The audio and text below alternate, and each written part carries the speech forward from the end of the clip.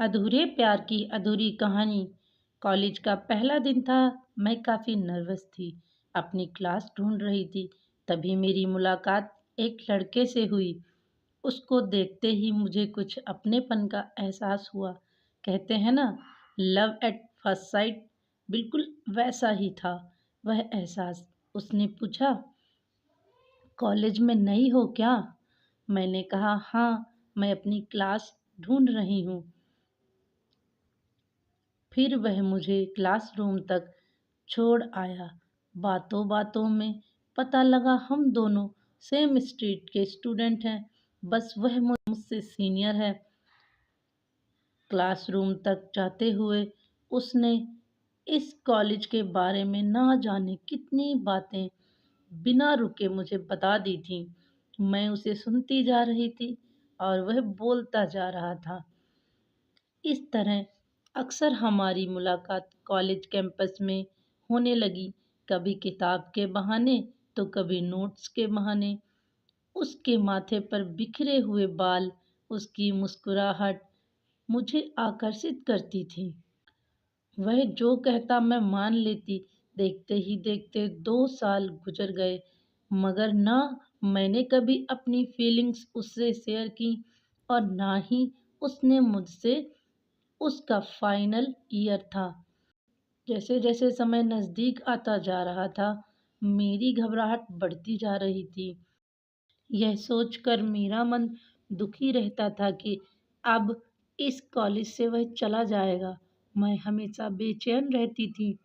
एक दिन उसने मुझे कॉफ़ी शॉप में बुलाया और कहा, अब शायद हमारी मुलाकात ना हो। मैं आगे की पढ़ाई के लिए बेंगलुरु जा रहा हूँ।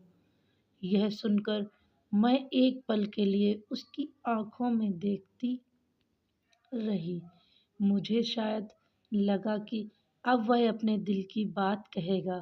फिर उसने कहा, तुम दिल की बहुत अच्छी हो। तुम हमेशा मेरी अच्छी दोस्त बनकर रहना। मैंने उसकी बात का कोई जवाब नहीं दिया। बस इतना पूछा कि तुम तो खुश हो ना बेंगलुरु जाने की बात से? वह बोला, हाँ, मैं बहुत खुश हूँ। मेरी गर्लफ्रेंड भी वहीं रहती है। पिछले 2 सालों में उसने कभी अपनी गर्लफ्रेंड के बारे में नहीं बताया था।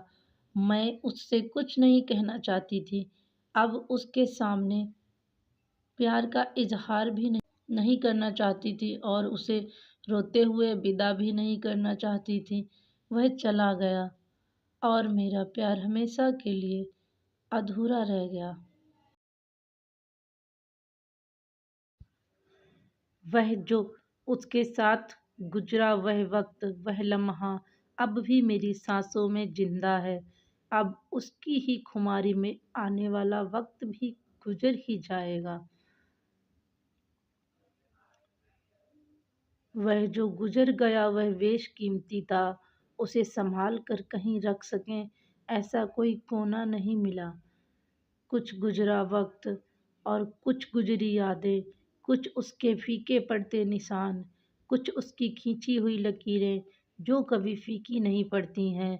कुछ उनसे जुड़ा, कुछ अलग होता हुआ सा, कुछ पीछे छूटता हुआ सा, कुछ उसे फिर से पा लेने की ख्वाहिश, कुछ उसे फिर से लौटा लाने की चाह, कुछ उसे रोक लेने की कोशिश, कुछ उसे एक बार फिर से महसूस करने की ख्वाहिश। कुछ है, कहीं है, जाने कहाँ खोया है, कब खोया, कैसे खोया, या फिर उसे ढूँढ लाने और बाँध कर रख लेने की ख्वाहिशें।